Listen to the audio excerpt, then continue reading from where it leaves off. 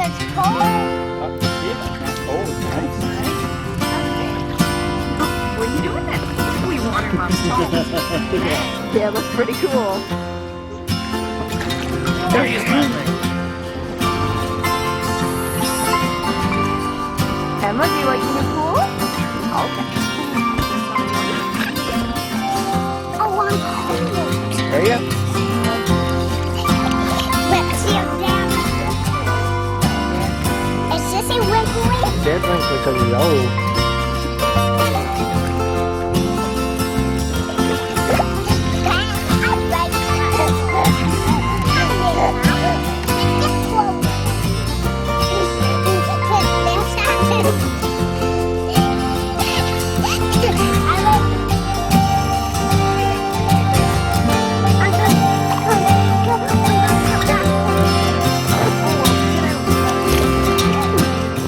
Hey, what's up guys? That opening footage you watched was just taken yesterday. We are in the middle of a little heat wave here in Newfoundland, and usually when you say heat wave in Newfoundland, people give kind of air quotes, yeah, you got 25 degrees. It is the hottest. Yesterday was, I think, the hottest day I've ever known to be here in Newfoundland. It was up to, I don't know, mid 40s Celsius with humidex, and it was ridiculously hot. Today it is still really, really hot, although little bouts of cloud cover, so it's been a little better. We're expecting thunder showers later, but I'm hiding out in my shop here, got the fan going, although turned off right now for the video, but I am working on a customer's knife, and I want to show you guys a new product I'm using. It's a bit of a secret weapon here. Let me show you an issue I'm having with this project. So I am customizing a lot of Buck 110s these days, and I've got a few videos out on this. Maybe you've seen them before, maybe that's why you're here, but I am doing another one in Mammoth Tooth. Now, I haven't worked with Mammoth Tooth for a long time on one of these, so I'm excited about this, but what you can see is after I've taken off this top finish, so this, when you buy Mammoth Tooth, it is kind of rough, but they've kind of put a finish on it. Of course, when you put that block on there, you have to grind off a lot of material, and as I'm grinding this off, let's see if I can show you, look at some of these gaps. Now, they're going to probably open up a little bit more as I grind this side as well, so you'll get to watch that happen. But we need some way to fill these gaps, and I've got just the product for it. So first things first here, I'm going to mask up. We'll grind those in until they're flush. Then before we can do any final finishing, we'll use that product. Quick note about PPE. If you're doing much crafts work, buy yourself a good respirator like this, a rubber sealed respirator. This type of elastic mask, if you're dealing with any real dust, any problematic dust, don't bother with those. They don't cut it. There's no real seal around them. They're just not great. But a good respirator like this, with the rubber, seals around your face nicely. I know I have a little bit of a beard, so I probably don't get perfect 100% seal, but it still does really good. Filters are replaceable. Also, I started out with this model, and I recently switched out to this model. I'll put a link in the description there now, but it's really handy to be able to drop that from your face. You can see this is just a little cantilever design, and the strap passes through there. See how that works? So it's really nice that you can just drop it from your face like that when you're working on something or you need to top, and then put it back on quickly without always undoing the straps. Also, goggles. Glasses like this are great and they serve their purpose, but if you're dealing with a lot of dust, grinding dust and stuff like that, or let's say you're cleaning up an old rusty project and you're using like a bristle brush and an angle grinder, get yourself goggles that seal as well. They will stop all dust, all flecks of rust and metal and things like that. These stuff will get around them. Also, because these aren't sealed, you always have that little rim around there, and if you're in a room with much dust, it's still an eye irritant. So goggles like this, they aren't expensive. They last a really long time. These are Uvex. I've had really good luck with them. I've gone through a couple pairs now. You see these are worn out quite a bit. I'll put a couple links in the description just so you guys can get yourself set up with some good quality PPE. It takes a little bit of time to get things right, but it's worth spending right from the beginning. I wish someone had told me to just buy those couple good pieces of gear and save yourself a lot of trouble.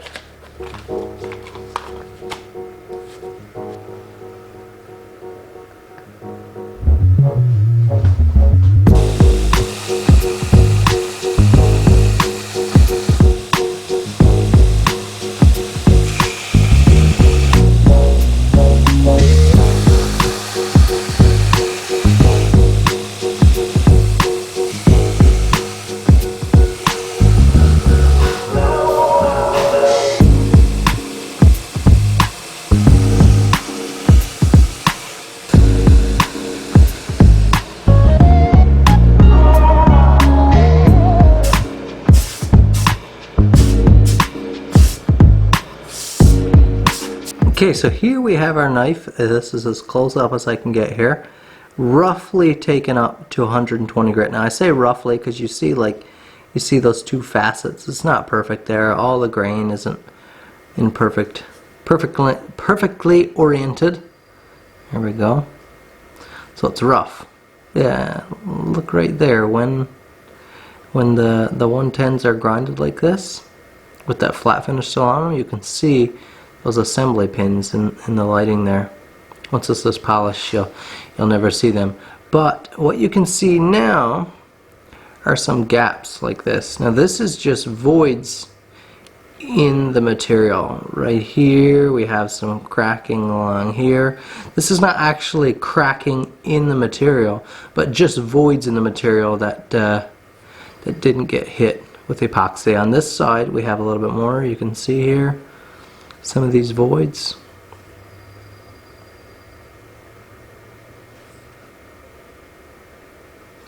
Now the product I've been using is right here. Here's the star of the show.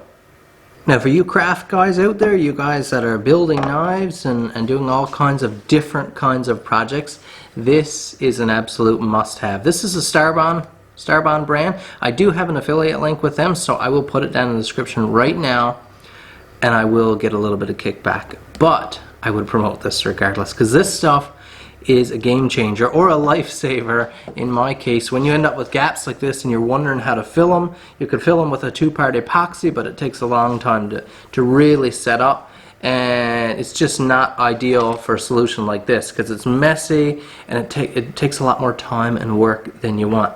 This is a cyanoacrylate based product, which I've really gotten into cyanoacrylate in the last year. I use it so much. I have another bottle over there of just a standard cyanoacrylate with a spray activator, and it is really, really nice for those quick jobs. But this is still a cyanoacrylate, but it is a thicker product. It's intentionally mixed to fill gaps like this. Gaps that are very small, up to, I can't remember, I believe I did read somewhere what the recommended thickest you should use this for, but it's a little slower curing than normal as well, and it's a gap filler. It's a designated gap filler. Now something I was really impressed with, first off, look at the size of that applicator tip. That's really awesome, and Starbond gives you a couple. Notice right here, I don't want to show you the special part yet, but they give you an extra tip here in case this one gums up, because if you're just doing like micro projects like this, this bottle will last you an absurd amount of time. So you want to make sure you have a nice clean tip. So eventually this one will probably gum up and glue up and it won't be suitable, so that you have a new one for that case. Now what I really love, and is what has really made my life easy when I've had some troublesome projects, are these. They're basically little needle tips. Look how fine these are. Incredibly fine. I would say this is probably a 1/2 mil tip, just judging by my lead pencil, you know, the 0.5 to the 0.7. I don't think you'd get a 0.7 lead in there. But these friction fit right on to the end here. And now you have an ultra precise applicator, which for cases like this, these little gaps in the Buck 110 here, I can really get the glue into the joint which is really nice compared to normal. I can actually get the glue out into the joint. Let me just fill that tube there. There we go. So I can really control where I'm putting that cyanoacrylate. And that is a beautiful, beautiful thing. Now this glue is not so thick that you can't get it to run into joints, especially if it's a little warm.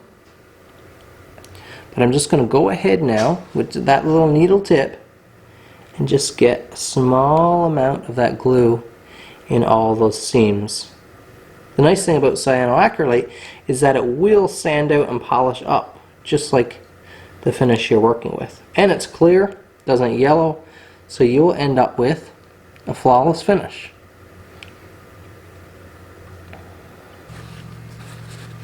You can see it's slow curing enough to actually wipe this finish, where if this was a standard cyanoacrylate, if I had to touch that shop towel to the product, which I have made the mistake of doing that before, my towel would have just stuck into the product. So you don't have any like pot time like that. Now that glue is kind of recessed into this crack, so I'm just going to add a little bit more.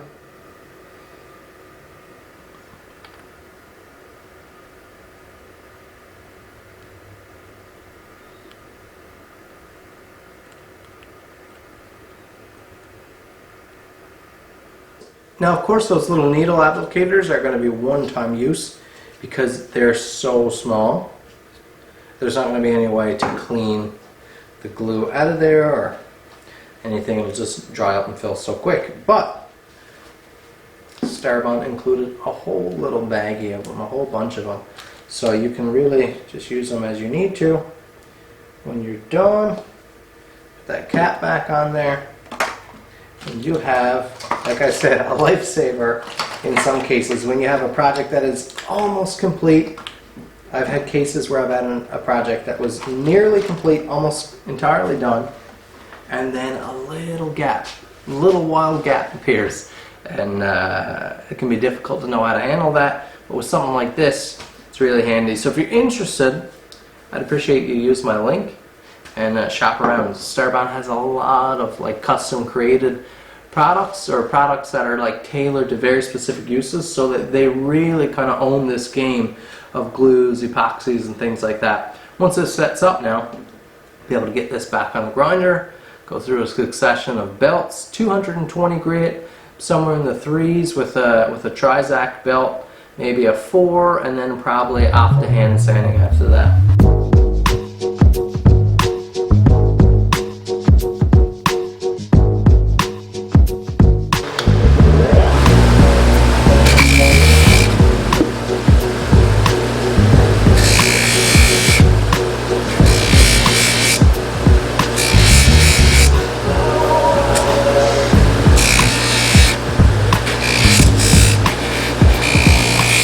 Well, after quite a bit of sanding,